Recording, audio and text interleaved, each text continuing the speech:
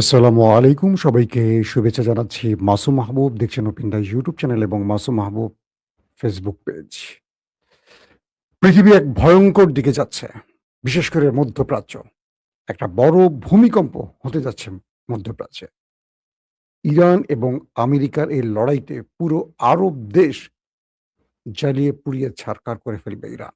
ঘোষণা চলে আসছে এবং মধ্যপ্রাচ্য থেকে ইসরায়েল থেকে সকল আমেরিকানদের দ্রুত সরে যেতে নির্দেশ দেয়া হয়েছে।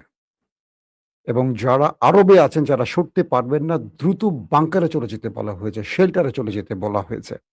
এবং ইসরায়েলেরও ভেতরে যারা আছেন আমেরিকান, তাদের সরে যেতে বলা হয়েছে। কি ঘটতে যাচ্ছে আগামী কয়েক ঘন্টায়? দর্শক, এই খবরটি দেব। তার আগে অল্প কিছু কথা বলব বাংলাদেশ নিয়ে। বাংলাদেশ নিয়ে বলতে ভালো লাগে। কিন্তু বাংলাদেশ নিয়ে বলার মতো আসলে ভালো কিছু পাচ্ছি না। গত কত ১৭-১৮ বছর ধরে যে একটা বড় কিছু বলব। একটা আমাদের বর্তমান প্রধানমন্ত্রীর রাজনৈতিক উপদেষ্টার একটা বক্তব্য শুনি। আপনারা কমেন্টে জবাব দিবেন। কতটুকু সত্য, কতটুকু মিথ্যা। আসেন।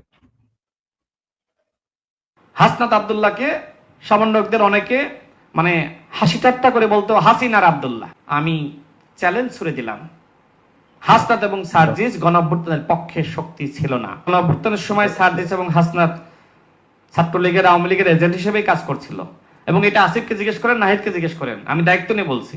আসিফ এবং নাহিদ যদি জুলাইয়ের প্রকৃত ইতিহাস জাতির সামনে উত্থাপন করেন, তাহলে হাসনাত এবং সার্জিস খলনায়ক হিসেবেই জাতির সামনে বিবেচিত হবে। আমাদের রাজনীতির নতুন দিলদার নাটালি সামাদ। তিনি আসিফ এবং কি বলে হাসনাত এবং সার্জিসকে নিয়ে প্রশ্ন তুলেছেন। ইন্টারেস্টিং ব্যাপার কি জানেন? যে দলগুলো ৫৪ বছর ধরে মুক্তিযুদ্ধকে বিক্রি করেছে, সেই দলগুলো এখন বলছে যে ওরা ২৪ বিক্রি করছে। এদেশে আওয়ামী লীগ, বিএনপির ইতিহাস আমরা কম বেশি জানি। কিন্তু কখনো জিয়া পরিবারকে, বেগম জিয়াকে, তারেক রহমানকে, জিয়াউর রহমানকে শুনবেন না তারা ৭১ সেল করেছে, বিক্রি করেছে। তাদের দলের মধ্যে কিছু আগাছা বিক্রি করে। কিন্তু তারেক রহমান, বেগম জিয়াউর রহমান, মানে আমাদের জিয়াউর রহমান এবং বেগম জিয়া কখনো ৭১ কে বিক্রি করেননি। ইন্টারেস্টিং ব্যাপার। আজকে দেখেন এই যে রাশেদের বক্তব্যটা, তারা বিপ্লবের পক্ষে ছিলেন না, তারা ছিলেন বিপ্লবের বিপক্ষে, হাসিনার পক্ষে। অথচ তাদের সাথে আমাদের সম্পৃক্ততা ছিল। আমরা ব্যক্তিগতভাবে, আমি, ইলিয়াস, আমরা জানতাম আমরা নিজেদের ঢোল পেটাবো না বলে বাকিটা বলব না। কিন্তু বাংলাদেশের ইতিহাসে ২ জন ব্যক্তির নাম সবাই জানে যারা টাকার কাছে বিক্রি হয়, একদম মামুলি টাকার কাছে বিক্রি হয়, এবং রাশেদ আর নুরু টাকা নেয় না এরকম লোক খুব কম আছে। টাকা দিলেই তাদেরকে পাওয়া যেত। এত সস্তা। একটা ছোট্ট উদাহরণ দেই। একটা বিয়েতে যাব সিলেটে। যুক্তরাজ্য বিএনপির সিনিয়র সহসভাপতি, মানে সহসভাপতি যুক্তরাজ্য বিএনপি। তার ছোট ভাইয়ের বিয়ে সিলেটে। আমরা প্রায় ১৫ জন যাচ্ছি। আমাদের ফ্লাইট টিকেট আপ ডাউন করা। এর মধ্যে পুলিশেরই ছিলেন ৬ জন ডিআইজি, বড়, বড় উকিল, আইনজীবী, বর্তমান বিএনপি পন্থী। আমরা গুলশানের আড়ং-এ গেলাম পাঞ্জাবি কিনবো এক কালারের। গিয়ে হাজির, সেখানে গিয়ে দেখি নুরু এবং নুরুর স্ত্রী এবং তার বাচ্চা। বাকিটা আর না বললাম। কাউকে ব্যক্তিগতভাবে পচানো আমার দায়িত্ব না। এই কাজগুলি আমি কখনো করি না, আপনারা জানেন। রাশেদ যে বিতর্কটা তুলল, রাশেদ আসলে কি প্রমাণ করতে চাইছে এর মাধ্যমে? রাশেদ কার এজেন্ডা বাস্তবায়ন করতে চাচ্ছে? যারা জুলাইয়ের মূল নায়ক তাদেরকে ভিলেন বানানোর এই চেষ্টা কেন? রাশেদ কি মানে গণ অধিকারের রাশেদ কি ইয়ার পক্ষে ছিল? সে তো সকালে একটা, বিকালে একটা, রাতে একটা। এসব বিকৃত রুচির রাজনীতিবিদরা বাংলাদেশকে কোথায় নিতে চায় আমার একটা প্রশ্ন। বিএনপিকে বলব, এইসব লোকদের বক্তব্য আপনারা অন করবেন না। এটা বিএনপির বক্তব্য হতে পারে না। এটা জিয়াউর রহমানের দলের, তারেক রহমানের দলের বক্তব্য হতে পারে না। এটা আমাদেরকে ধ্বংস করছে এবং বিএনপিকে জাতির কাছে ভিলেন বানাচ্ছে এইসব, মানে কি বলবো, পচা গলা নর্দমার লোকগুলোর বক্তব্যের মাধ্যমে। আমি রাশেদকে ব্যক্তিগতভাবে পছন্দ করতাম, নুরুকেও পছন্দ করতাম। আমার লাইফে কখনো এদের নিয়ে আমি একটা বাজে কথা বলিনি। কিন্তু এই নতুন বিতর্কগুলো আমাদেরকে বিভাজিত করছে। এই বিভাজিত করার পেছনে কাদের ইন্ধন আছে? কেন এই হিরোদেরকে ভিলেন বানাতে চায়? যারা হিরো তাদেরকে ভিলেন বানাতে চায়। এখন এই যুবকগুলো যদি ৭১ এর ইতিহাস নিয়ে টান মারে, অনেকে ভিলেন হয়ে যাবে, অনেকের কাপড় খুলে যাবে। দর্শক, এখন যে বিষয়টি আমাদের কাছে তৈরি হয়েছে, তো আমরা একটা বিষয়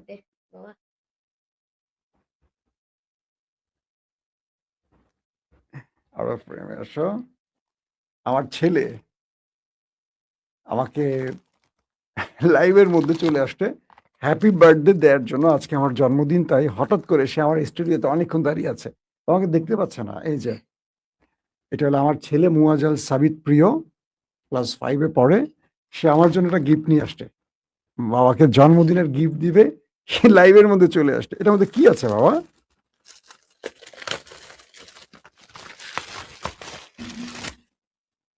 ওয়াও, অ্যাপল এয়ারপড, থ্যাঙ্কস। তুমি জানো কিভাবে এটা আমার লাগবে? অনেক অনেক ধন্যবাদ আমার বাবা। দর্শক, আমার একটাই ছেলে, ক্লাস 5-এ পড়ে। আপনারা যখন দেখেন আমি লাইভ করি, অনেক সময় টেকনিক্যাল সাপোর্টগুলো আমার এই বাচ্চা ছেলেটা আমাকে দিয়ে থাকে, এবং জন্মদিনের উইশ করে গেল আমাকে একটা দুর্দান্ত গিফট দিয়ে। প্রিয় দর্শক, আসেন আপনাদেরকে নিয়ে চলে যাচ্ছে এবার ইরান আমেরিকার সংবাদে। আজকে দিনের যে প্রথম লাইভটি করেছিলাম বিকেল 6টায় বোধ হয়, সেখানে আপনাদের বললাম যে আমেরিকা একটা বড় প্ল্যান করেছে ইরানকে একেবারে মাটির সাথে মিশিয়ে দেওয়ার। তারপর ইরান পাল্টা হুমকি দেওয়ার পর আক্রমণ থেকে কিছুটা সরে আসছে। কিছুক্ষণ আগের আপডেট পাওয়া গেল এরকম, পুরো মধ্যপ্রাচ্যের সকল দেশ থেকে আমেরিকার নাগরিকদের সেই দেশ ছাড়তে বলা হয়েছে। যারা আছেন দ্রুত তাদেরকে শেল্টার জোনে চলে যেতে বলা হয়েছে। শুধু তাই নয়, ইসরায়েল থেকেও আমেরিকানদের সরে যেতে বলা হয়েছে, কারণ আমেরিকা ইরানে একটা বড় অ্যাডভেঞ্চার করতে যাচ্ছে। আমেরিকা পুরো ইরানের বিদ্যুৎ জ্বালানি সিস্টেমগুলোকে ধ্বংস করে ফেলতে চাইছে, এবং আমেরিকা দীর্ঘদিন আক্রমণ করে ইরানের কাছে পরাস্ত হওয়ার ফলে তারা একযোগে কয়েকটি ফ্রন্ট থেকে একটা বৃহৎ অ্যাটাকের পরিকল্পনা করছে, এবং এই অ্যাটাকের মাধ্যমে যদি ইরানকে দমাতে না পারে, তাহলে যুদ্ধের গতি ভিন্ন দিকে চলে যাবে। অর্থাৎ পুরো পৃথিবী একটা ভয়ঙ্কর ভূমিকম্প দেখতে যাচ্ছে। অনিশ্চিত আমাদের আগামীর দিনটা। পুরো মধ্যপ্রাচ্যে আমরা হয়তোবা একটা বিশাল আগ্নেয়গিরি দেখতে যাচ্ছি। এটা খুবই ভয়ঙ্কর সিম্পটম। আজকের এই বক্তব্যটি আপনারা মাথায় রাখবেন। আগামী কয়েক ঘন্টার মধ্যে বা কয়েক দিনের মধ্যে পৃথিবী একটা ভিন্ন, কি বলবো, নতুন একটা, শব্দগুলি সোশ্যাল মিডিয়া আসলে বলা খুব ভয়ঙ্কর, কোন কথার জন্য কোন কথা আটকাবে। একটা ভয়ঙ্কর পৃথিবীর দিকে আমরা যাচ্ছি। ট্রাম্প তার নাগরিকদেরকে মধ্যপ্রাচ্য থেকে বের করে ফেলার অর্থ কি বুঝতে পারছেন? অর্থাৎ তিনি ইরানে একটা বড় অ্যাটাকে যাবে। ইসরায়েল থেকে সরতে বলা হলো কেন? কারণ ইরান ইসরায়েল এবং আমেরিকার সম্মিলিত ইরানে অ্যাটাক করবে, এবং সর্বশক্তি দিয়ে তারা অ্যাটাকটা করবে। ধরেন তাদের যত যুদ্ধ বিমান আছে সবগুলোকে একসাথে ব্যবহার করবে ইরানের প্রত্যেকটা স্ট্রাকচার ধ্বংস করার জন্য, স্থাপনা ধ্বংস করার জন্য। গুরুত্বপূর্ণ বিদ্যুৎ ব্যবস্থা যেন পুরো ইরান অন্ধকার হয়ে যায়, পুরো জ্বালানি সিস্টেম বন্ধ হয়ে যায়, পানি শোধনাগার বন্ধ হয়ে যায়। ইরানের মানুষকে আয়ামে জাহিলিয়াতে ফেরত পাঠাতে চায়, এবং ইরান পাল্টা জবাব দিবে এটা জেনেই আমেরিকা, ইসরায়েল এবং আরব থেকে তাদের জনগণকে সরে যেতে বলছে। কতটা স্বার্থপর চিন্তা করছেন? আরবের যে লক্ষ লক্ষ কোটি কোটি মানুষ আছে তাদেরকে বিপদে ফেলে আমেরিকানদের চলে যেতে বলেছে, আর এই আরবরা এতদিন দুধ কলা দিয়ে এদেরকে পুষছে। কত বেকুব জাতি এই জুব্বা জাতি। এই জুব্বা বাংলাদেশের জুব্বাকে বলছি না, আরবের জুব্বার কথা বলছি। এর চেয়ে বেকুব কেউ হতে পারে? আরব তার পেট্রো ডলার দিয়ে এদেরকে পুষছে। ট্রিলিয়ন ট্রিলিয়ন ডলার গত 1-1.5 বছর আগে এই ট্রাম্পকে কাতার, সৌদি আরব, আরব আমিরাত কয়েক ট্রিলিয়ন ডলার দিয়েছে জানেন? ট্রিলিয়ন ডলার বুঝছেন? Million, billion, trillion. যে মুসলিমরা পুরো পৃথিবীতে অভাব অনটনের দিন পার করছে, পুরো আফ্রিকা যেখানে মুসলিম দেশগুলো আছে পুরো আফ্রিকারই অবস্থা খারাপ। আমাদের দক্ষিণ এশিয়া মুসলমানদের কি করুণ অবস্থা। আর আরবরা তখন এই টাকাগুলো ওদেরকে দিচ্ছে যাতে ওরা আরো অস্ত্র বানাতে পারে, অস্ত্র ব্যবহার করতে পারে এবং আমাদেরকে শেষ করতে পারে। কেন? আরবদের অবৈধ ক্ষমতা টিকিয়ে রাখার জন্য। যেমন আমাদের দেশে যারা ক্ষমতায় বসেন অবৈধ ক্ষমতা টিকিয়ে রাখার জন্য তারা জনগণের বিরুদ্ধে দাঁড়ান, সবসময় দাঁড়ান ওই ক্ষমতাধর শক্তির ডিপ স্টেটের পক্ষে, ওই ক্ষমতার বলয়ের কাছে তারা নিজেকে বিক্রি করে দেন। আর আমরা মারামারি, কাটাকাটি, রড দিয়ে চোখ উপড়ে ফেলে রাজপথে জীবন দিয়ে এদেরকে ক্ষমতায় বসাই। খুব আফসোস যে জাতি নিজের ভাগ্য পরিবর্তন করতে পারে না, যে জাতি তার নেতাকে নিজেই চয়েস করতে পারে না, যে জাতি নিজে বোঝে না তার জন্য কে মঙ্গল কে ভালো, স্রেফ টেন্ডারবাজি, চাঁদাবাজি, স্রেফ পাওয়ার রাজনীতি করার জন্য যে জাতি মামুলি কয়েকজন ব্যক্তি পুরো দেশকে জিম্মি করে ফেলে, সেই দেশের জনগণের ভাগ্য পরিবর্তন হয় না কখনো।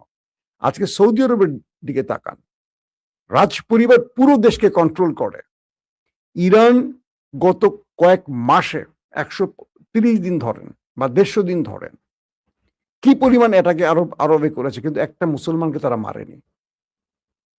ধরেন বাংলাদেশের, পাকিস্তানের বা ভারতীয় 2-4 জন মারা গেছে, তারা সেই সব জায়গায় কাজ করত, তাদেরকে অগ্রিম আগে সরে যেতে বলা হয়েছে। আরব বা আমেরিকানরা কি করছে, তারা সরে গেছে, আমাদের দরিদ্র দেশের জনগণকে সরায় না, যে মূল্য ওরা গরিব মরে যাক।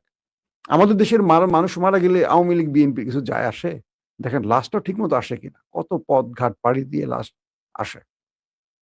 আমরা যে কথাটি বলছিলাম, আমরা আমাদের ভাগ্যটাকে নিজেরাই ধ্বংস করি, আর সেজন্য আমরা সারা জীবন পচি। নির্বাচনের আগে 1000 টাকার জন্য 5 বছর আমরা 1 লক্ষ টাকা ওদেরকে, মানে ওরা আমাদের থেকে জুলুম করে নিয়ে যায়, আমাদের ঘাড়ে ঋণের বোঝা চাপিয়ে দিয়ে। এই জাতির ভাগ্য পরিবর্তন হয় না। আরবদের যেহেতু সম্পদ আছে তাদের ভাগ্য পরিবর্তন হইছে, কিন্তু দেখেন আজকে কি হইছে, আমেরিকা তার জনগণকে সরে যেতে বলছে, আর আরবদের কি হবে? ইরান হুঁশিয়ারি দিয়েছে যদি ইরানের কোনো ব্রিজে, কোনো বিদ্যুৎ প্ল্যান্টে, কোনো গ্যাস ফিল্ড, কোনো তেল ডিপোতে বা তেলের খনিতে আঘাত করা হয়, আরবের কিচ্ছু রাখবে না। ইরানের কয়েকটি অসমর্থিত সূত্রের বরাদ্দে কিছু গণমাধ্যম বলছে ইরান যে প্ল্যান করছে 10 থেকে 15,000 মিসাইল প্রয়োজনে এক রাতে তারা হিট করবে আরব, ইসরায়েল এবং মার্কিন ঘাঁটিগুলোকে টার্গেট করে। কল্পনা করতে পারেন পৃথিবীর ইতিহাসে 10-15,000, আমি জানি না এই সূত্র কতটুকু, ইরান অনেক সময় অনেক কথা বলে, বাড়িয়ে বলে, আবার করেও দেখায়। ইরান বলছে তাদের মিসাইল গুলোকে তারা সব রেডি করে রেখে দিয়েছে। ইরানের আক্রমণের সাথে সাথে এই মিসাইল গুলোর আর কোনো বাপমা থাকবে না, অটোমেটিক উড়ে চলে যাবে, পারলে ঠেকাও, এই টাইপের একটা অবস্থা। আরবের কিছু থাকবে বলেন? আরবের যদি এই তেল কূপগুলো আগুন জ্বলে যায়, আরব তো কদিন পরে ভিক্ষা করে খাবে, এই তেল ছাড়া ওদের কি আছে বলেন? আমাদের যেমন একটা বিচি মাটিতে ফুটলে, বিচি ফুটা লাগে না, একটা বিচি মাটিতে ফেলে একটা গাছ হয়, পুরো মরুভূমি, পানি নেই, সমুদ্রের লবণাক্ত পানিকে শোধন করে তারা পান করে। আমরা তো মাটির নিচে একটা পাইপ ঢুকাই দিলে পানি বেরোতে কলকল করে। এক তেলের উপরে, গ্যাসের উপরে ওরা টিকে আছে, আর পৃথিবীতে ওরা এখন রাজ করছে অর্থনৈতিকভাবে, কিন্তু মেরুদণ্ডহীন একটা জাতি ওরা। এখন কি তৈরি হচ্ছে? ইরান গুরুত্বপূর্ণ কয়েকটি সিদ্ধান্ত তারা জানিয়েছে। তারা বলছে যদি ইরান আক্রান্ত হয় তাহলে আরবের কিছু রাখবে না, ইভেন ইসরায়েলকে তারা রাখবে না, এবং তাদের সমস্ত ভয়ঙ্কর মিসাইলগুলো তারা ব্যবহার করবে। পাশাপাশি তারা বলছে আগামী 2 বছর, মানে ইরানের গুরুত্বপূর্ণ একজন ব্যক্তি, তিনি মেবি ভাইস প্রেসিডেন্ট, তিনি বলছেন যে তার বক্তব্যটা হলো আগামী 2 বছরে সবচেয়ে খারাপ পরিস্থিতির জন্য ইরান প্রস্তুত। ভাইস প্রেসিডেন্ট আরএফ তার নাম। তিনি বলছেন কি ইরানের, যে আগামী 2 বছর সবচেয়ে ভয়ঙ্কর খারাপ পরিস্থিতির জন্য তারা প্রস্তুত আছে। ইরানকে হারাতে পারবে না আমেরিকাকে, লিখে রাখেন কাগজে। এই জাতি হারবে না, এই জাতি মরে যাবে, শহীদ হবে, হারবে না। হারে কারা? যারা ভীতু। তিনি বলছেন সমস্ত চাপ এবং যুদ্ধ পরিস্থিতি সত্ত্বেও কোনো পণ্যের ঘাটতি ছাড়াই দেশটি পরিচালিত হচ্ছে, কোনো পণ্যের ঘাটতি না ইরানে। তিনি আরো বলেন প্রেসিডেন্ট পেজেশকিয়ান প্রশাসনের সঙ্গে জনগণ এবং বাজারের সহযোগিতার মাধ্যমে এই অর্জনগুলো সম্ভব হয়েছে, এবং যুদ্ধ পরিস্থিতি মোকাবেলার জন্য এর চেয়ে ভয়াবহ পরিস্থিতি যদি আগামীতে আসে সেটা তারা মোকাবেলার জন্য প্রস্তুত। এবং তিনি বলছেন আবার অন্যদিকে খাতাম আল আম্বিয়ার যিনি প্রধান, তিনি কি বলছেন? যদি আমেরিকা কোনো দেশের ঘাঁটি ব্যবহার করে আক্রমণ করে বা আমেরিকাকে কেউ সহযোগিতা করে, সেই দেশের কোনো মাটি রাখবে না, সব পুড়ে ফেলবে। মানে ইরানের হুঁশিয়ারিটা সরাসরি। মেজর জেনারেল আলী আব্দুল্লাহিল তিনি বলছেন, যুক্তরাষ্ট্র ক্রমবর্ধমান ভাবে বা গতিতে যেভাবে আঞ্চলিক উত্তেজনা বৃদ্ধি করছে, এ আগুনে শুধু ইরান নয়, পুরো আরব পুড়ে ছারখার হয়ে যাবে। এবং আরব মানে আমেরিকাকে যারা সহযোগিতা করবে, তাদেরকে অবশিষ্ট রাখবে না ইরান। এখন কোথায় যাচ্ছে পৃথিবী? ইসরায়েল এই আক্রমণে জড়িত হচ্ছে, ইসরায়েলকে পাল্টা জবাব দিবে বলে ইসরায়েল থেকেও আমেরিকা তাদের সেনাদের জনগণকে সরিয়ে ফেলছে। ইরাক থেকে তাদের কার্গো বিমান ভর্তি করে সরঞ্জাম সরিয়ে ফেলা হচ্ছে। আরব আমিরাত থেকে সরিয়ে ফেলা হয়েছে, কাতার থেকে সরিয়ে ফেলা হয়েছে, কুয়েত থেকে সরানো হচ্ছে, জর্দান থেকে সরানো হচ্ছে। ইরানের ধোলাই খেয়ে আমেরিকা এ অঞ্চল ছেড়ে পালাচ্ছে। আর পালানোর আগে ইরানকে শেষ করে দেওয়ার যে পরিকল্পনা নিয়েছে, সেই পরিকল্পনা এখন এগিয়ে চলছে। এখন এই ভয়ঙ্কর যুদ্ধ খেলা থেকে কে বাঁচাবে পৃথিবীকে? এদিকে কুয়েতের সেনাবাহিনী জানিয়েছে তাদের দেশের ভেতরে ইরান বেশ কয়েকটি ড্রোন অ্যাটাক চালিয়েছে এবং তারা সেগুলোকে ইন্টারসেপ্ট করতে পেরেছে। আর ইরানের গণমাধ্যম বলছে কুয়েতের মার্কিন ঘাঁটির বেশ কয়েকটি গুরুত্বপূর্ণ জায়গায় আগুন ধরিয়ে সেগুলো ধ্বংস করে দিয়েছে ইরানের ড্রোন এবং মিসাইল। মানে ইরানের হামলা চলছে, এর মধ্যেও ইরান থেমে নেই। পাশাপাশি আমেরিকা নতুন করে আরবের কয়েকটি জায়গায় যে অস্ত্রগুলো আবার নতুন করে এনেছে ইরানের বিরুদ্ধে অ্যাটাকের জন্য, অর্থাৎ আরবে আমেরিকার মূল পরিকল্পনাটা হলো তাদের কাছে যা অবশিষ্ট আছে তারা একযোগে ব্যবহার করবে। কিন্তু মার্কিন যুক্তরাষ্ট্রের পেন্টাগন থেকে সামরিক জেনারেলরা ট্রাম্পকে বলছেন যে এই সময় আপনি এই সিদ্ধান্তটা দিয়েন না, কারণ আমাদের কাছে সীমিত মিসাইল আছে, আমাদের প্রচুর যুদ্ধ বিমান ধ্বংস হয়েছে এবং ইরান একটা লম্বা সময়ের জন্য প্রস্তুতি নিয়ে আছে। আমরা যদি আক্রমণ করে ইরানকে ধ্বংস করতে না পারি, তাহলে ইরান আমাদেরকে ধ্বংস করে ফেলবে। মানে আমাদের যা আছে মধ্যপ্রাচ্যে সব শেষ করে ফেলবে, আমাদের মিত্রদের শেষ করে ফেলবে এবং সবচেয়ে বড় মারটা খাবে ইসরায়েল। আমরা ইসরায়েলকে রক্ষা করতে পারবো না, আমাদের নেভাল টিম ইসরায়েলকে রক্ষা করতে পারবে না। আমরা কোনোভাবেই ইসরায়েলকে বাঁচাতে পারবো না, কারণ ইরান আক্রান্ত হওয়ার সঙ্গে সঙ্গে আরবে এবং ইসরায়েলে যে ম্যাসিভ অ্যাটাকের প্ল্যান করছে, এ সময় আমেরিকা নিজে পালাবার দিশা খুঁজে পাবে না, এদেরকে বাঁচাবে কি করে?